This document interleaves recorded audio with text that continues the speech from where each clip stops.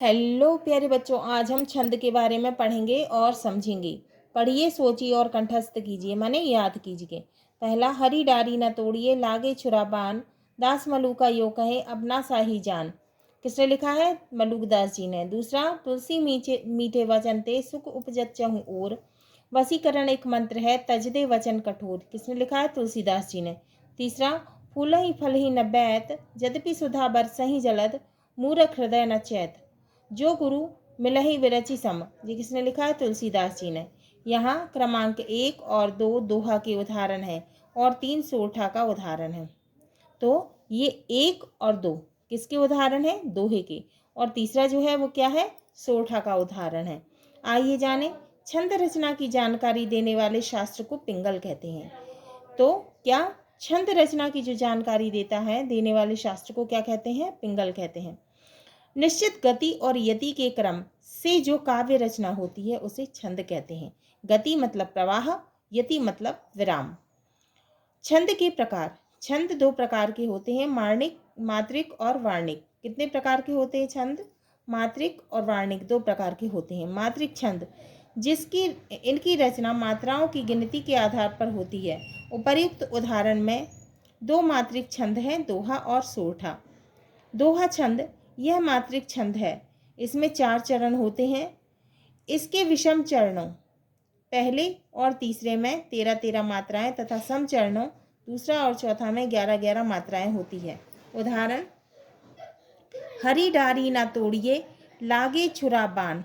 तो इसमें मात्राएं गिनेंगे। पहले चरण में 1 2 3 4 5 6 7 8 9 10 11 12 13। पहले चरण में कितनी मात्रा हुई? 13।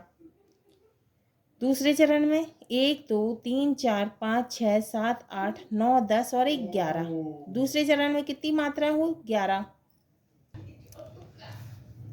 पहला चरण 13 मात्राएं, दूसरा चरण 11 मात्राएं। अब ये तीसरा चरण है। 1 2 3 4 5 6 7 8 9 10 11 12 13। तीसरे चरण में कितनी मात्राएं हैं? 13। अब ये चौथा चरण 1 2 3 4 5 6 7 8 9 10 11। चौथे चरण में कितनी मात्राएं हैं? 11। सोरठा छंद यह मात्रिक छंद दोहे का उल्टा है। इसके विषम चरणों में 11-11 मात्राएं तथा सम चरणों में 13-13 मात्राएं होती हैं। उदाहरण, तो विषम चरणों में पहले और तीसरे चरण में कितनी मात्रा है? 11 मात्रा। और दूसरे और चौथे चरण में कितनी मात्रा है? 13-13 मात्रा गिनेंगे। फूलहि फलहि न बैत। पहला चरण कितनी मात्रा है? 11। 1 2 3 4 5 6 7 8 9 10 11। अब दूसरा चरण, यद्यपि सुधा बरसहि जलद। 1 2 3 4 5 6 7 8 9 10 11 12 13। तो दूसरे चरण में कितनी मात्रा है? 13। तीसरे चरण में मूरख हृदय न चैत। तीसरे चरण में कितनी मात्रा है? 11। 1 2 3 4 5 6 7 8 9 10 11। कितनी मात्रा है तीसरे चरण में? 11। चौथे चरण में 1 2 3 4 5 6 7 8 9 10 11 12 और 13। तो चौथे चरण में कितनी मात्राएं हैं? 13। अब छंद के अंग। चरण, यति, गति, मात्रा, तुक, गण छंद के अंग हैं। तो ये सब क्या है? छंद के अंग हैं।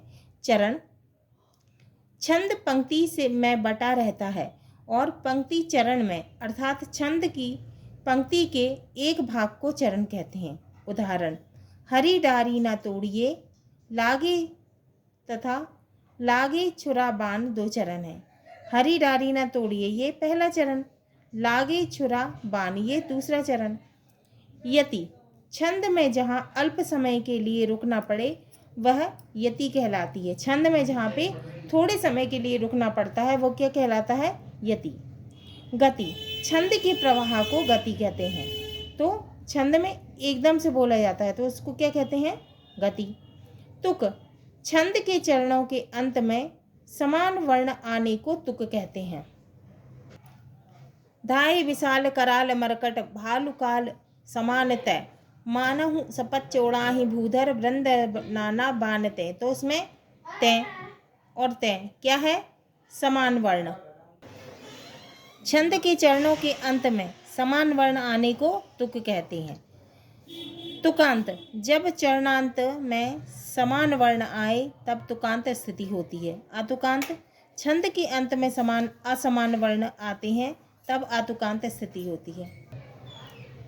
मात्रा, किसी स्वर के उच्चारण में जो समय लगता है उसे मात्रा कहते हैं। तो किसी स्वर के उच्चारण में जो समय लगता है उसे क्या कहते हैं? मात्रा, है ना, देरी लगती है उसे क्या कहते हैं? मात्रा कहते हैं। बोलने में, है ना, जो समय लगता है उसे मात्रा कहते हैं। मात्राएं दो प्रकार की होती हैं। ह्रस्व माने छोटी, दीर्घ माने बड़ी। ह्रस्व मात्रा लघु माने छोटी, इसके उच्चारण में कम समय लगता है।